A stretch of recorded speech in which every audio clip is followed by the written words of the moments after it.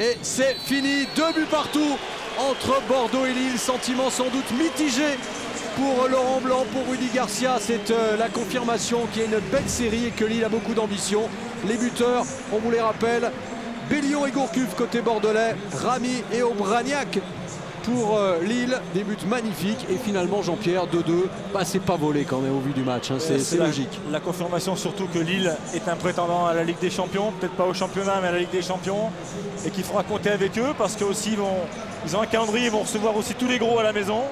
Et quand on voit ce qu'ils sont capables de faire à l'extérieur, Lyon, Marseille, Bordeaux aujourd'hui, ils perdent pas, ils perdent pas. C'est un client de championnat. Invaincu depuis plus de 2 mois et demi, les Lillois qui continuent donc cette belle série, qui ont un match en moins, qui ont toujours certes 6 points de retard sur Bordeaux. Mais c'est vrai, candidat très sérieux pour les places européennes pour la Ligue des Champions. Et je crois qu'on a dû applaudir la victoire de Sochaux sur Marseille ici à Chabandelmas. Là aussi, série qui s'arrête. Ouais. Là aussi, Marseille qui n'avait pas perdu en championnat depuis très longtemps. Et Marseille a trouvé sa bête noire. Et Marseille a trouvé sa bête noire, oui. C'est Sochaux qui n'est plus relégable. Ça veut dire que je crois Saint-Etienne va jouer contre Lyon. Lyon ne sera pas leader et Saint-Etienne sera relégable au moment du coup d'envoi. Ouais. Donc la pression, dans les deux sens, il y en aura. Raison de plus pour être devant Canal à 21 h tout à l'heure. Bordeaux qui, c'est vrai, avait la plus belle série de l'histoire de Laurent Blanc, 5 victoires d'affilée. Ben, il n'y en aura pas une 6e. Mais ce fut un très bon match de très haut niveau. Oui, match de très haut niveau avec 2 belles équipes. Une équipe de Lille qui déroge pas à la règle, qui vient même à l'extérieur chez les Bordelais qui sont quand même prétendants au titre pour faire un match d'une énorme qualité.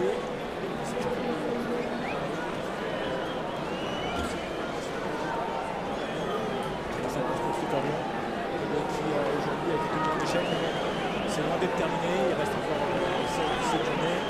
Je pense que des matchs comme ça. Vous voulez pas écouter le pitbull? Florent Balmont. Non, c'est un dog, c'est pas un pitbull, c'est Florent Balmont tout simplement. Florent, on a vu un match de haut de tableau, on a vu un match d'homme. Ouais, match d'homme, c'est vrai qu'on rate notre première mi-temps, donc ça c'est dommage. Et je pense qu'en deuxième mi-temps, on fait une grosse deuxième mi-temps. Donc on a montré un meilleur visage de Lille. Donc je crois que depuis le début de la saison, c'est ce qu'on fait, mais sur la deuxième mi-temps, pas sur la première. Donc voilà, c'est dommage d'avoir pris ce but parce que moi je suis un peu au marquage, mais j'hésite, donc ça me fait un peu chier. Vous avez les troubles faits, non? Finalement, Lille, on va les retrouver en haut. Lille, on va les retrouver pour ses places pour en Champions League. Bah, je sais pas, mais c'est vrai que on barrène, on va faire match nul à Bordeaux, donc je pense que c'est bien. C'est vrai qu'il faut continuer, je crois qu'il faut continuer sur notre lancée, pas se prendre la tête. Et voilà, je pense qu'il faut jouer comme on a fait en deuxième mi-temps, pas sur la première, parce que c'était vraiment pas bien. Il a bien fait de gueuler le coach à la mi-temps et je pense qu'on a montré vraiment un meilleur visage en deuxième. Merci Florent. Un peu de soleil quand même, un peu moins à Lille que Nice, mais... Confirmation qu'il y a bien eu un coup de colère quand même de Rudy Garcia à la mi-temps. On pouvait l'imaginer, Voilà le nouveau roi de la tête. Ouais, c'est vrai que Johan, un match difficile pour Bordeaux, une nouvelle tête de votre part. Un match compliqué quand même avec une équipe très combative qui vous a causé énormément de problèmes. Ouais, bah c'est sûr, déjà les conditions au niveau du terrain sont pitoyables. Donc nous qui aimons du jeu à terre avec beaucoup de mouvements, à 1-2 touches de balle avec des passes appuyées, bah, c'est pas évident. Donc je pense que ça a favorisé plus le jeu de Lille. Mais ouais, ils nous ont posé des problèmes par leur gros pressing. Mais bon, c'est bien de ne pas avoir perdu. On continue sur notre dynamique quand même assez positive. Mais c'est dommage de ne pas avoir pris les 3 points ce soir quand même. C'est dommage parce qu'il y avait une marche importante par rapport à Lyon. Il y avait un coup à jouer. Pour l'instant, vous êtes encore en tête, mais Lyon n'a pas encore joué. Ouais, c'est sûr. Au niveau du classement, je pense que si on gagnait ce soir, on a commencé à faire un petit écart.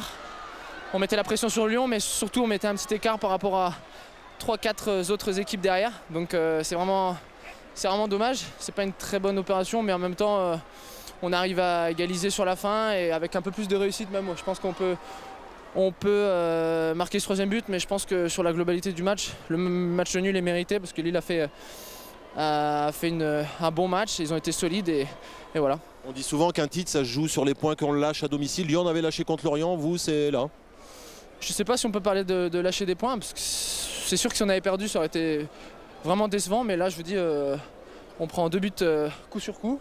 Après, mentalement, c'est difficile de se remettre dedans, on va dire. Et donc, on arrive à égaliser quand même. On arrive à ramener un point. Donc, je ne pense pas que ça soit 2 points de perdus parce que c'est une belle équipe de Lille qui a des atouts, qui est difficile à jouer surtout, elle laisse très peu d'espace.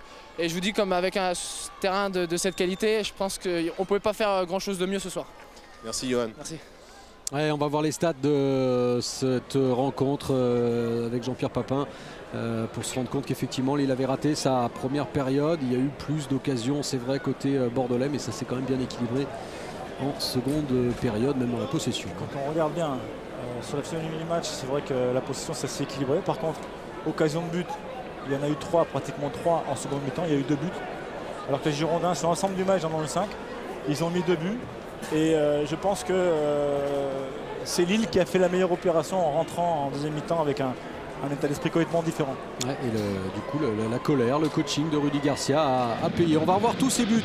Le premier inscrit après 15 minutes de jeu par David Bellion. Bordeaux 1, Lille 0. C'était le score à la mi-temps. 4e but cette saison de Bellion. Et puis en seconde période, eh bien, Lille réagit avec un but pied droit de Ludovic Obraniak. C'est son 8e. Il y a peut-être aussi une erreur de marquage, hein. Peut-être qui était sur Obraniak, qui avait la charge d'Obraniak. Celui-là s'est manqué en tout cas. Et puis la belle frappe d'un défenseur. Rami, 8 minutes après seulement, Lille prenait l'avantage, mais avantage de courte durée puisque 3 minutes plus tard, la tête de Johan Gourcuff pour décrocher ce match nul.